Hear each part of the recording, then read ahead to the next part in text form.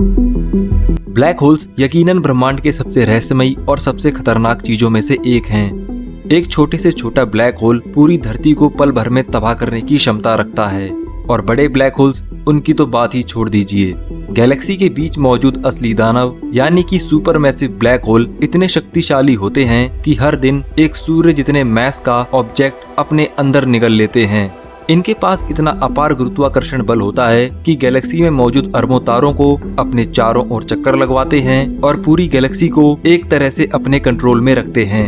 अब जरा कल्पना कीजिए उस भयानक स्थिति की जिसमें ये सारे महादैत्य आपस में ही लड़ झगड़ जाएं। सोचकर देखिए उस विनाश और तबाही को जब ब्रह्मांड के सारे बड़े ब्लैक होल्स आपस में टकरा जाएं।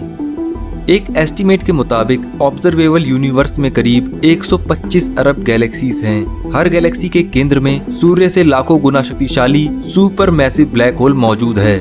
125 अरब गैलेक्सीज का मतलब होगा 125 अरब super massive black hole. Super massive black hole के अलावा स्टेलर ब्लैक होल्स भी होते हैं जो गैलेक्सी के किसी भी कोने में पाए जा सकते हैं। पर हमारा ब्रह्मांड इतना परफेक्ट भी नहीं है।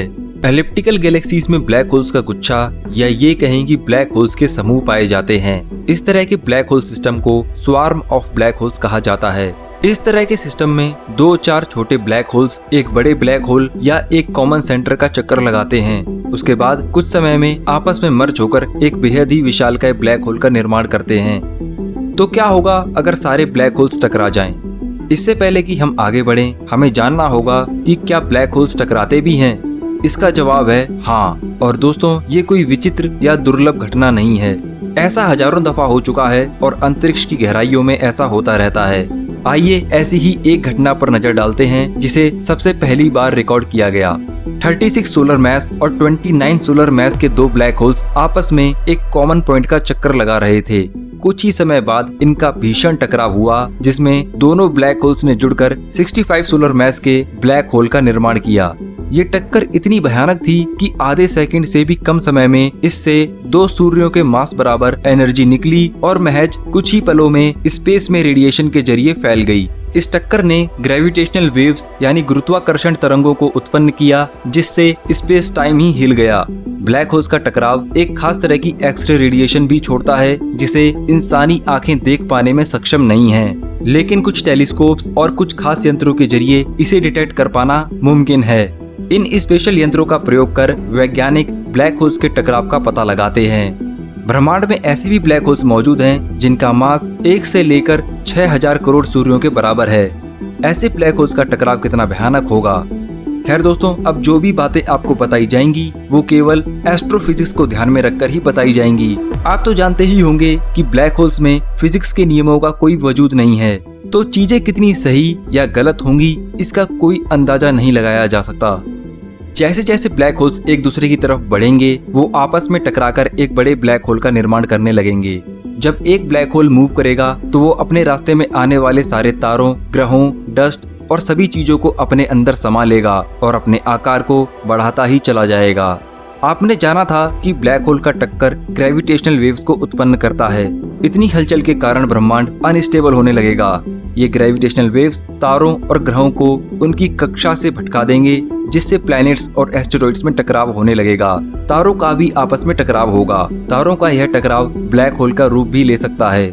लगभग 0.1% तारे ठीक इसी प्रकार इस दौरान ब्लैक होल का रूप ले लेंगे। जब सारे छोटे छोटे ब्लैक होल्स बड़े ब्लैक होल में तब्दील हो जाएंगे तो उसके बाद बड़े ब्लैक होल्स का आपस में टकराव होगा जो कि और भी ज्यादा भयानक होगा। इस प्रक्रिया के दौरान असीमित ऊर्जा और रेडिएशन के रूप में एक्स रेस निकलेंगी। ऐसी ग्रेविटेशनल वेव्स भी उत्पन्न होंगी जो शायद स्पेस टाइम की काया ही पलट देंगी। लेकिन सबसे मजेदार बात तो ये है कि इस घटना को होने में उतना ही समय लगेगा जितना समय ब्रह्मांड की शुरुआत और आज जिस रूप में ब्रह्मांड मौजूद है उसमें लगा था। सीधा सीधा कहें तो इसमें 13 अरब सालों से भी ज्यादा का समय लगेगा। ब्लैक होल्स ब्रह्मांड के नजरिए में बड़ी धीमी गति से एक दूसरे की तरफ बढ़ेंगे। गैलेक्सी में मौजूद सारे ब्लैक होल्स और सभी खगोलीय वस्तुएं एक बड़े ब्लैक होल की शक्ल लेने में करोड़ों साल लगा देंगे। वैसे आपने सुना होगा कि ब्रह्मांड का विस्तार हो रहा है।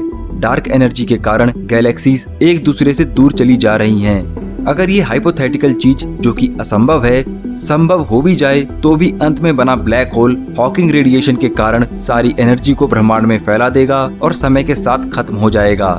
लेकिन बाद में स्पेस की सारी ऊर्जा ब्लैक होल द्वारा छोड़ी गई एनर्जी रेडिएशन के रूप में ब्रह्मांड में ही रहेगी। मतलब सभी चीजों के अंत के बावजूद जितनी एनर्जी ब्रह्मांड के शुरुआत में थी वो हमेशा से कायम रहेगी। हो सकता है कि बाद में एक नए और अनोखे ब्रह्मांड का निर्माण हो जो कि हमारे ब्रह्मांड से बिल्कुल ही अलग हो, या ऐसा भी हो सकता है कि ब्रह्मांड फिर से अपनी पुरानी शक्ल ले ले। कहना बहुत मुश्किल है कि अंत में क्या होगा। तो दोस्तों आज के इस वीडियो को यहीं खत्म करते हैं। आई होप आज का ये वीडियो आपको काफी इंटरेस्टिंग और नॉलेजेबल लगा। तो इस वीडियो को लाइक और शेयर करना ना भूलें और ऐसे ही इंटरेस्टिंग वीडियोस के लिए चैनल को सब्सक्राइब भी करें। तो मैं मिलूंगा ऐसे ही किसी नेक्स्ट इंटरेस्टिंग वीडियो में। जय हिंद।